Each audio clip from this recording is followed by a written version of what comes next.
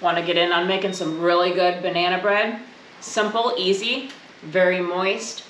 Freeze it for later, take it to parties. Kids love it, everybody loves it. Come on in, let's check it out. So here's the ingredients we need. I've got, and this is one batch that we're making, and give a shout out to my sister Jen. This is her banana bread recipe, so good. And you can put, I put chocolate chips in mine. You can put walnuts in yours. You can leave it plain, not put anything in it, but I like to put chocolate chips in mine. So each batch comes with 5 bananas, 2 eggs, 3/4 cup of butter, teaspoon of vanilla, 2 cups of flour, 1 teaspoon of salt, 1 teaspoon of baking soda, 1.5 cups of sugar, and then you bake at 350. And I have my pans. I like to do these square, I'm pretty sure they're Pampered Chef pans. I'm a garage sale girl, so I found these at a garage sale really cheap. But I like to do these because then it makes an individual little piece of bread. Otherwise you can do the loaves as well. This is made for the loaves, but I put it in these. On your bananas, you want to make sure that you let them get a little brown.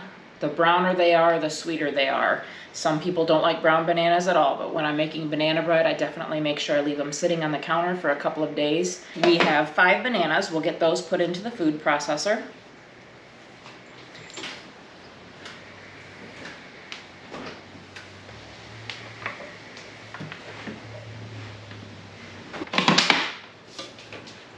Stray egg.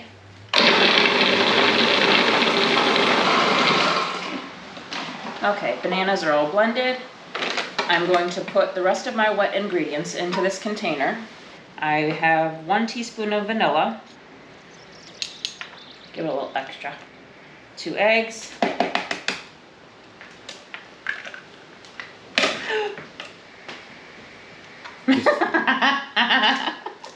It's fine.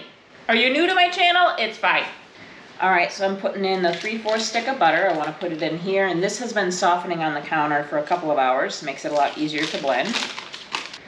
I know you can hear my cats freaking out running around the house. That's normal here. Okay, so I have the rest of my wet ingredients in the food processor.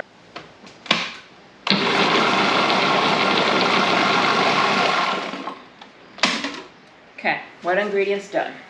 We have 1.5 cups of sugar, 2 cups of flour, a teaspoon of salt, a teaspoon of baking soda.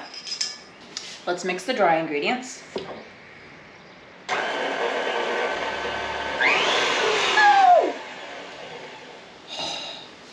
I have the worst luck, but anyway.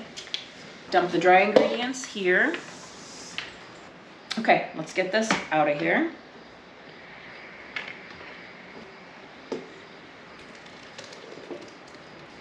Now we add in the dry ingredients.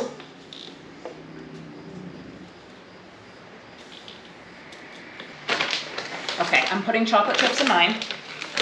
Your choice.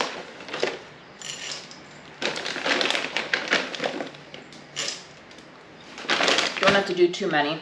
A little bit goes a long way.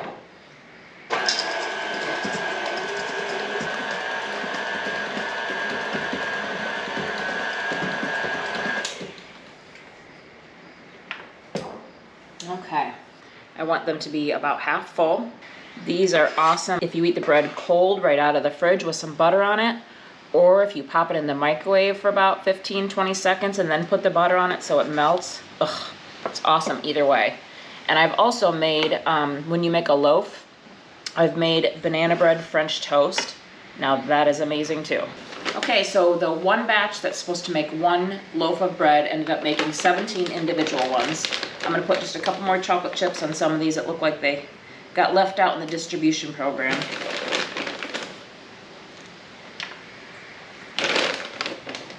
We'll just put some on top of all of them because then it just makes them look prettier. Like I said, my oven's at 350. We're gonna start with about 20 minutes and check them. Because you can always cook them longer, but you can't back it out when you've gone too far. But you could go the easier way and just put all of this in a loaf pan and just make 1 loaf of bread. So I'm gonna go ahead and pop these in the oven. Here's what they look like before I put them in the oven.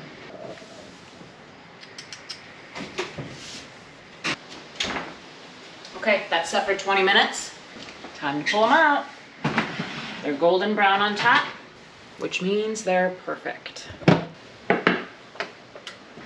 Let's let those cool. They're golden brown, but I want to try one when it's warm with some butter so it will melt. Yum. Okay, they're ready to go. Make sure that you grease and flour your pan really well so that these come out easily. And I did lightly dust these with a tiny bit of salt before I put them in the oven because I like sweet and salty together. So here's how they look, all done. Let's test them out. They're still a little warm, really moist. Let's brush a little bit of butter. Okay, I've got some melted butter on my piece.